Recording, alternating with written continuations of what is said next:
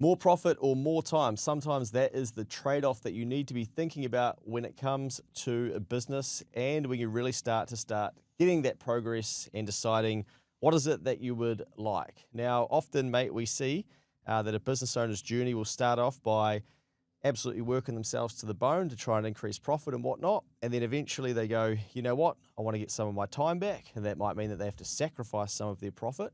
And then it can become a pretty tough juggling act of which is more important to the business owner. The realization that the profit is lower can be a bitter pill to swallow for some business owners, because you know that you've had to pay for somebody else to do something that you know you could potentially be doing yourself. And I think when business owners are in that mindset, it's probably because they haven't got an appropriate framework on how to value their own time.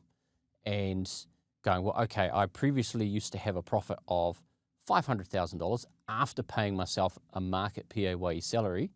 Here's looking at you, IRD. And then going, okay, well, to put more time back in my day and start and get some reward for all of the effort that I've put in, I'm prepared to go and pay somebody $100,000 a year to go off and do tasks A, B, and C. So then the profit's down from 500 minus the 100 salary to 400,000. And you're looking, you're just going, oh yeah, it was 500. I'm going backwards, but only backwards in profit sense. But you should actually be going ahead in a non-financial sense. And I think that's where, when I reference the framework piece, business owners aren't appropriately zooming out when they're working on the business and reflecting on going, right, well, I previously was doing this task. I'm now not doing that task. What am I doing with that time? Oh, I've been able to go off and spend more time with the family. I'm able to go to the daughter's school play. I can go on a holiday that I haven't had for however long. I can now play golf, which I'm still shit at. And all of those things. And I guess you kind of take it for granted unless you've got these regular chickens. And that's where working with clients either over a shorter or longer term capacity where there's a degree of accountability in there, you can wrap that in there. Because otherwise, business owners just carry on in the cycle of business. Yeah. And then go, oh yeah, I forgot that I was able to now go off and play golf once a fortnight, and my handicap's dropped from 30 something, or whether it can go that high, I don't know, down to single digits because I'm a legend. Yeah, I think it's one of those things where at the start with business, the real simple way to track progress is sales and profit. And it's normally, in New Zealand, it's normally sales is kind of the thing that everyone throws around, but that doesn't count for shit if you don't actually have any profit and you can't turn the profit into cash. Then it becomes profit and wanting to increase the profit, and it normally is then, you know, wanting to turn that profit into cash. And you watch these business owners go through the journey of trying to unpack all of this. But one of the questions we often ask clients when we're doing planning with them is, what does success look like to you? What do you want your business to be able to do for you in 12 months' time and beyond that? And that's where we start. And then I'll say, you know, like, what's your profit figure that you'd like to target? Okay, what would it mean if you did get paid that? What would your life look like? And that, I think, is the deeper thinking, and it's probably hard for some people to do. But we see it all the time where people will just chase sales or revenue. Then they'll get bored of that, and then they'll chase profit go up. But eventually it breaks and something doesn't happen. And then they have this, oh, I didn't make as much as last year. And it's almost like they think that, you know, the whole thing is broken. And what was the point? And like you say, they've missed, okay, well, what were the things that we were trying to achieve from this business throughout that period? And I think what we often see in a business is it'll go through various stages or cycles of growth. And with the existing framework that you've got in business, you'll ultimately get to a ceiling and you can't go any further. And then you've then got to go and release some cash and sacrifice some profit. So when I say release some cash, spend it, which is going to decrease your profit, to then create that additional capacity, not only with people power to get work done, but as a business owner, the mental capacity. Because the thing that your business owners may not then put the pieces of the puzzle together, because so few of them take the time to reflect and work on their business, is, yeah, you're spending more time to play golf and you're chatting with other like-minded people. And then all of a sudden that leads to more opportunities and more phone calls and more work. So the short-term sacrifice of having to pay somebody $100,000 in years 2, 3, 4 and beyond all of a sudden we've gone from a profit going up to then coming down to then going back up. Yeah. And in that narrow window of change where it comes down, it's just like, oh, no, this is the wrong decision. It's like, whoa, back up the bus here. Yeah, it's going down because remember, we're on the roller coaster. But you keep putting in the effort in the right places of working on the business, it should come back up. Yeah, on the way here, I was actually listening to a presentation out of America around YouTube, and they were presenting all of this data. It's a keynote, and they were presenting all this data about how YouTube watchers are normally some of the best customers and buyers, and stepping through it all. And basically, to cut a long story short, what he was saying is that most people won't actually end up doing YouTube because it's too expensive and the return on investment takes ages for most people. So then they go, I'm not going to do this. And that's, I think, a good reflection of this, where you would go, well, I don't want to spend that money, whether it's YouTubing, podcasting, or whatever, or even just general advertising, because I want the return faster. And he was explaining how it's actually not, you're building an asset, because YouTube's a different platform where basically people could go back and, sometimes you'll get suggested a video from 5 years ago. Very unlikely that a podcast platform will do that, Instagram will do that, TikTok will do that, etc. And people will then, start binging through your content. The algorithm learns, and then they'll show them videos from your library, no matter when you posted it. And it's actually an asset, YouTube, but people can't see it like that because they see it as another social media platform. So he's explaining how it's an incredible platform to win on, because again, it just weeds out 90% of people who won't be willing to play in that space. I think you've just highlighted why accountants are so shit at giving advice, is because they will go, no, don't do that, because we can't measure the ROI over a 12-month or return on investment over a short time span being a financial year, 12 months, or even shorter, 6 months or quarterly. When you're investing and working on your business, the ROI needs to be measured over an extended period. And we could be talking 2, 3, 4, 5 years. So what you're highlighting there of doing content, much like what we've been doing for years, some of the content that we've recorded that's still in our top 5 of resources around lease or buy, for example. Wages of drawings. Wages of drawings. Like, we recorded that ages ago, and we've done re-releases of those popular ones, but it's an asset that's going to sit there, and as people encounter those challenges in business, they'll get fed that and consume more of that content. It continues to rise, and it just naturally works as a lead generation magnet and a conversion tool, and it's your asset working for you. So our investment in this type of platform and the education stuff that we're doing isn't like, oh, we're doing this to win 25 new clients a year. No. We're here to educate, and then we're doing it over an extended period because the ROI cannot be measured in a 12-month period. The other place that we see this all the time is probably tradies, where they say, oh, I want to get off the tools, and they want to go to that side of the business, and that's completely fine. But often what we see is that their profitability might lag in that year following that, and they get frustrated by that because they think, well, I'm not making as much money, but they forget that they've completely changed the business structure and model in that next 12 months. And like you say there, you're going to get rewarded for it, the year after, the year after that. But in that 1 year, you just take the metric of profit compared to the year before and go, oh, well, we were making more money when I was on the tools. Yeah, but at some stage you decided to get off the tools. So often with business owners, when we start teaching them about freeing up their time, we don't just stop at like, okay, yeah, that's a good idea. We're basically like, okay, what are you going to do with that time? Because we know that they're going to get it back. So they're either going to go blow some shit up and do like something they shouldn't be doing. They're either going to waste it. They're going to put it into something else in the business. They might start micromanaging people. So we're trying to find, okay, what can we get them working on with that time? Because it will get spent somewhere. And maybe it is golf, maybe it's relaxing, maybe it's not doing as much work, maybe it's reshaping the way that you're running your day. But I think if people just track profit as the metric, then it can be a bit misleading, because you forget what the year used to be like when you were the person driving all of the profit.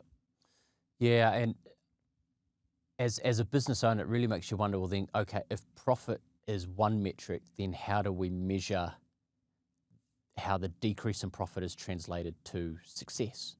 And being non-financial, we're not going to get that from a P&L. It's not going to come from a balance sheet. So that's where that accountability piece comes in when you're working with somebody to go, right, okay, well, you've said you wanted more time. What have you done? right? It's the non-business stuff where you've gone off and done some traveling and bits and pieces, but on the business, I've made a commitment to send 1 email a week. Previously, I was doing 1 email a month, but with my newfound time, because I've got a much bigger team, my mind has got much more bandwidth, so I can invest the time in actually working on the business and doing 1 email a week. I'm able to get on the phone and talk to more people. Yeah. I'm able to do more proactive things with my time. And that's the stuff that isn't going to have that immediate impact on the P&L because it's non-financial or even the balance sheet. It's non-cash stuff, but it's the activities that we are always going on to business owners about with working on the business. And, with that newfound time, you do have the choice of where you're going to spend it. And if we wrap some structure around it, because essentially you bought somebody, let's say it's full time, so you've got 40 hours that have just been added to your working week. We know that business owners' working week is a bit more than that. 40 hours is a lot of time of stuff that you've previously given to somebody that you've been doing.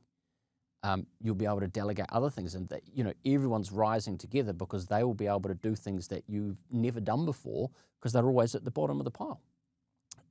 Adjacent to this, I was having a conversation with a business owner this week, and one of their biggest frustrations is that their business is built around the weather. So it's really frustrating for them if they've got work booked in and they can't do it anymore because the rain comes. And I said to them, we need to reshape the way that we look at that because they'll never be in control of the weather. Yeah. So I suggested that on the days that it does rain or when it doesn't go good, don't get angry to start with. Just basically go, okay, that's a shame, but let's build a list of what we can do to work on this business during the rainy period. Make use of the time. Yeah. And instead of getting up and getting pissed off that it's, the forecast is different, well, the reality is different to the forecast, we can go, okay, I've got an opportunity today to work on the business and do these things. So when the sun's out, we get to create revenue, but when the rain's here, we build an asset. Nice. Yeah. And That's a good way to frame it. Yeah, it really resonated with them. And I think, that hopefully other people that may have that similar situation in their business, try and build a task list of if I am going to have more time, whether you like it or not, then what do you do with that time? And normally it needs to be like building for the revenue for down the track. Just out there helping people staying out of the scroll hole, aren't you? Well, mate, we're trying. Because often what we see too, especially with like creative business owners, is that then they just do heaps of random shit. So like the day gets derailed, you don't have a plan on what you're going to do in that free time, and so then you just do weird shit instead of actually building the business or chasing up leads, prospects, ringing up somebody who hasn't paid, sorting the next project down the line. There's the next thing I was going to come to is just so often people will come to us and say, I've got a cash flow problem. And as we're always saying, cash flow's not the problem. It's a lack of action. There's something broken in your business that you're not doing. Yeah. And on the rainy day, run that debtors list. It's pretty easy out of zero. If you don't know how, pick up the phone, talk to your accountant, and then jump on the phone because the automatic email reminders out of zero only go so far because they're passive. As soon as you start getting on the phone to somebody, we'll pay you. Boom, the money starts coming through. Oh, we thought we'd paid that one. Let me take a look. Yeah. The check was in the mail. Yeah, we stopped doing checks 25 years ago. Now, I spotted a really interesting one that ties directly to this, where in the 2024 financial year, we had a client who was highly profitable. They started to buy back some of their time. They increased their team. And 2025, they actually haven't been as profitable as in 2024. And partly, to summarize it, they're like, oh, well, you encouraged us to get off the tools. I'm like, yeah, great, I did. And are you enjoying it? They're like, yeah, we know it's the right path, but it is frustrating seeing the profit decrease. It's like, other people have got paid more than us and whatnot, and we haven't really got anything. I said, okay, but let's look at some different metrics. So inside the business in that year, they had done BD work that they wouldn't have got to if they were on the tools. They built up databases. They're looking at different forms of marketing. They've done a whole heap of different trying of things to find out what works, what doesn't. They know what does. They can then double down. All of that stuff they can't get to. But interestingly, in this business too, they were building assets inside the business that they would have either had to pay somebody else to build, but because they weren't on the tools, they had the time to do that. Yep. I'm like, oh, your profit and loss statement doesn't reflect the fact that you built this asset. We could doctor it or do some accounting to make it reflect that. But I don't think you're going to want to pay tax on the value that you've added to this asset.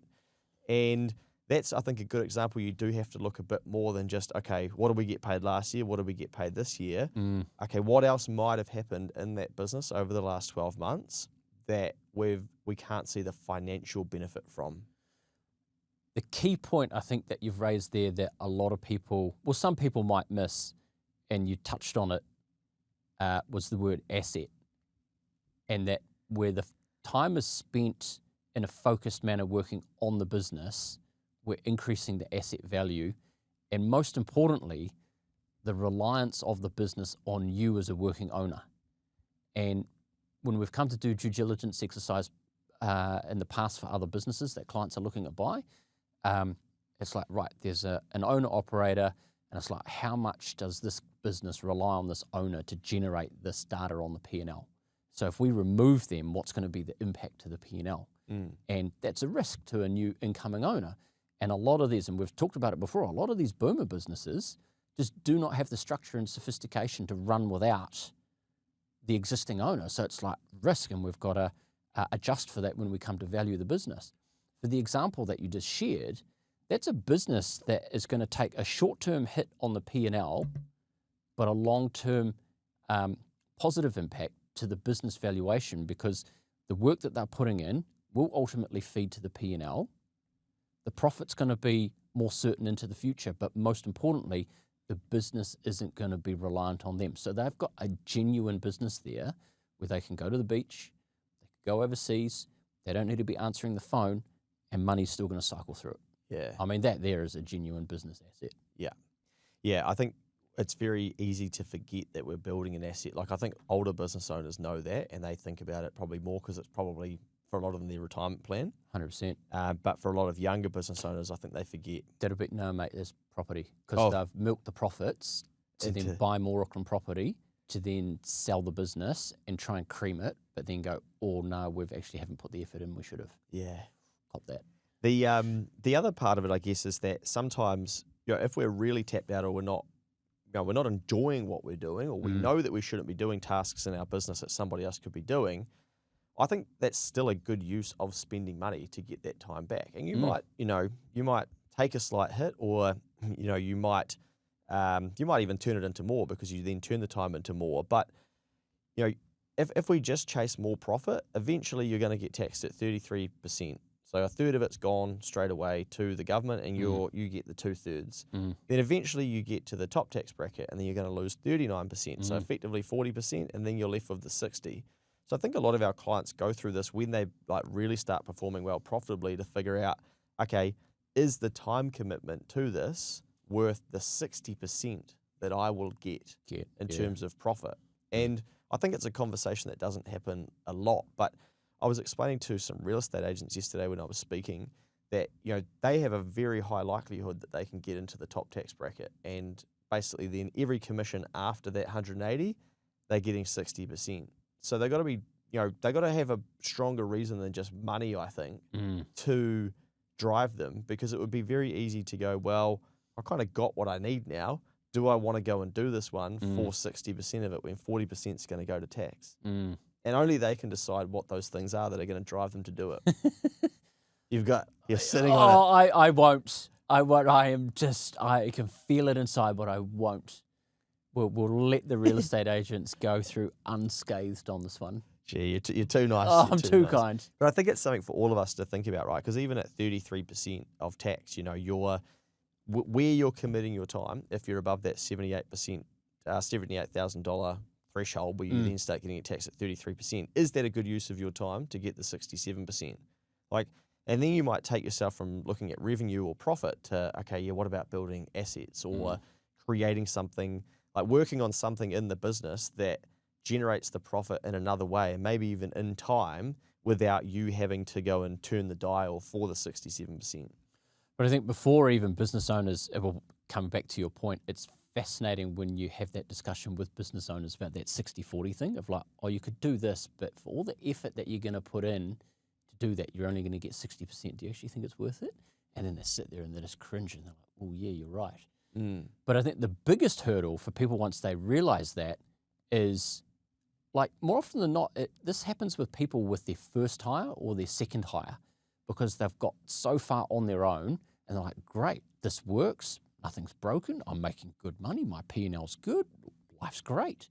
I've got work-life balance. Like, what more could I be doing? And then you get to a point where it's just like, yeah, you start and challenge their thinking. It's just like, well, you're doing all of these things here. You could actually go off and get somebody to do this, and this for you. It's going to have this financial impact for you, but it's going to free you up that if you can do all of these things, and you can see that the cogs turning in their head and the light bulb comes on slowly, and they're like, yep. But then the commitment to going, well, that means I've actually got to hire somebody. Yeah. And then I'm responsible for somebody and I've got to pay them. And that can be a tough thing to go through. But once they've done it, they're like, I wish I'd done that sooner. Yeah. Yeah, it's fascinating because if you think about it, 71% of businesses in New Zealand are 0 people. So a lot never get to the hiring stage. And I rack my brain as to that. And I think part of it, I've asked about it online and you get the, I don't want to have staff. There's not enough margin in it to do it. Interestingly, my mum told me a story when I picked her up from the airport the other day. Here we go. That she likes hiring one-man band type people when she gets anything repaired at the house because the people with staff, they'll charge you more because they've got more outgoings. There's a I'm like, fascinating insight from your mother. Hi, Mum. Baby boomers. But that's the mentality, right? And I was like, I wonder who else thinks like that. But it's a fascinating insight to the way she thinks like that. I would have never have thought about that. I'm just like, problem, give me a solution, let's get it done, carry on. Well, then she was telling me about someone else who was out on their own and they were charging, well, what they were charging. She told me, I was like, they're going to go out of business. It's like, wow. Enjoy that while it lasts because that's not going to work. She's like, oh, well, they seem to still be there. I'm like, okay. Yeah, I don't know how they'll be paying their taxes. But anyway. Yeah, they're not. But I think what also happens that we see is someone goes, okay, I am going to hire. And then they think, okay, I'm going to hire P&L. It's an expense, right? But then they go, oh, shit, now we need another digger. We need another ute. Or we need a digger and a ute or whatever. We don't have the cash to do that. So we go to Heartland. And then we get great bank, outstanding bank, and very, very good terms to turn around so quickly. This is not sponsored by Heartland, nor am I a major shareholder in the bank. And basically, then at the end of that next year, they go, "Oh, so I busted my ass. I gave that person a job. Like we're doing even more work, and we are more profitable. And you're telling me I've got more tax to pay. Like where the hell's the money?" And they forget that they're paying down the debt on the digger, and paying down the debt on the vehicle as well. So I think there's another frustration to work through there too. Oh, I thought this was the right thing to do. Now we need all this equipment. Also, they made a couple of mistakes. That was niggly. I had to have some tough conversations. We had to go back and do some rework. But we are more profitable, but I don't have any extra cash. And that's, again, I think another chapter that they have to work through to go, okay, is this the right path longer term? And I think some people go through that experiment and go, no, it's not worth it, and go back to zero. Go back, yeah. That will be the age-old challenge in business of educating business owners that profit does not equal cash in the bank, and this is why. And I think despite us trying multiple times with multiple people, I think it's not one that people will ever 100% fully understand. Particularly when you start going, right, well, we've hired someone, we can see the expense on the P&L, so the profit reduces, and then your profit goes up, and then you've got less cash in the bank because you have to pay debt back on assets that you've bought. Just that relationship of just like, how does that all work? Yeah, but it is worth it in the long run. How many times I've said you pay down debt with after-tax profit is just, and then what do you mean? I'm like, the cash has to come from somewhere. They're going to DD your account. It's not an expense. But anyway, pod for another day. Hey, we did a podcast last year. It was one of the most listened to pods we've ever done, and it was about the validation that people could get a cleaner. And I think we've helped blow up the cleaning industry in New Zealand. Yeah. That's awesome. But I think there's some good nuggets in there too if people want to go and dig that out, where we're talking about buying back your time. And it's in a practical way that hopefully makes sense of it for people, not just in their personal life, but they can then take the principles and move it back over into business as well. So I'd dig that one out if you haven't listened to it yet. It's like the one in business that I would use to put it in a context rather than a cleaner would be a lot of small business owners actively encourage you to do your zero and your GST return. That way you are forced to do your reconciling, you're close to the numbers, and then there's a degree of accountability to yourself and the IRD and your accountant that you're being a good business owner by filing them on time, paying them on time, knowing how to code things, and having a relationship with your accountant. Say, oh, I've just bought an asset, I've just sold something. Hey, how do I code this? What do I do here? What do I do there? There will get to a time where that is not an efficient use of your efforts and resources in the business. And there's some excellent bookkeepers out there. And for hourly rate comparison, if we want to get to an hourly rate, you're more effective as a business owner to pay somebody, I don't know what a bookkeeper is, $60, $80, $100 an hour to do your bookkeeping and your GST return once a week for your bookkeeping, to then free you up that time so you don't have to worry about the admin aspect of your business. And you could look at that and go, oh, it's a few $100s, I could do it myself and it doesn't take long. That's the classic thing. Oh, it doesn't take long. Oh, I can do it myself, it doesn't take long. No. I had a conversation with a client recently and I called BS on it. And they're like, oh, it doesn't take long. And I'm like, no, it doesn't. And they're like, oh, it only takes me half an hour. I'm like, yeah, half an hour for the task. I'm like, but you're not thinking about the pre-stuff, the post-stuff, and the distraction. Yeah. Like, it's taking you away from other bits and pieces, which is a distraction. If you then don't have to think about doing your admin or think about doing your GST return, you've just released a whole heap of capacity or bandwidth in your brain to then go, oh, I'm much more focused on being able to commit time in this particular place because I know that there's something else over here that's being taken care of. It's not a distraction anymore. And I think that's a great example in business where you can really easily put some more time back into your day in a cost-effective manner, but it's making sure that the newfound time and the less distraction you're putting to good use by working on your business, chasing those debtors, on the phone to leads, on the phone to customers, all that good stuff. There's two things there. One, when people say, oh, it doesn't take me long, okay, well, actually time it. Go old school. But on your phone these days, bang, start the thing and see how long you spend on a task. You thought it was 2 minutes, it's actually 20. Yeah, and then the rabbit holes it takes you down. But secondly, with the bookkeeping, I feel like people, they try and skip to the, oh yeah, I don't want to do that. And I think there's some clients who say, oh, should we get a bookkeeper? And I say, not yet, because you've still got more to learn. And what you need to do this, we can, review it and tidy it up, but you need to learn, because I can see that sometimes they skip that step and then they go, oh, I don't know about that shit. Oh, no, I don't know. We don't even go into zero. And I'm like, nah. That's not how we're going to be rolling. Like, we need to be getting closer to this info and understand it. We need to make sure it's accurate. So great, that we want to use the bookkeeper to do that. But we still need to be going in there and understanding what's going on. And if you're just throwing your hands up being like, no, we pay someone else to do that shit, eventually you'll find a surprise, I think, that will have you unstuck. Yeah, and we're not fans of doing clients' GST returns because ultimately we want them to be better business owners. And for anyone that's not a client of ours listening to this and thinking, oh, that's a good idea, I'll get my accountant to do my GST return, don't. Because they just want to make $1 for just funneling something through a process without actually thinking about it. I mean, with the greatest of respect, it's just clicking a few boxes, but there's a bit more to it if it's done properly. And I think a bookkeeper is probably going to have a little bit more time and a little bit more care to go, yep, we'll go through and we'll get all of this right. And it actually makes the accountant's job easier at the end of the year. Well, we normally have the bookkeepers offside, but we won't today. We might have won them back over. Yeah. Maybe we should send this snippet to them. Finally, cash and profit. Remember, it's just one metric. Well, it's two, I guess, profit and cash. But, those, Where's that abacus? those two things are a metric that you can measure. But there is more to business than simply profit and cash. Yeah, the non-financial stuff. Measure that time, folks.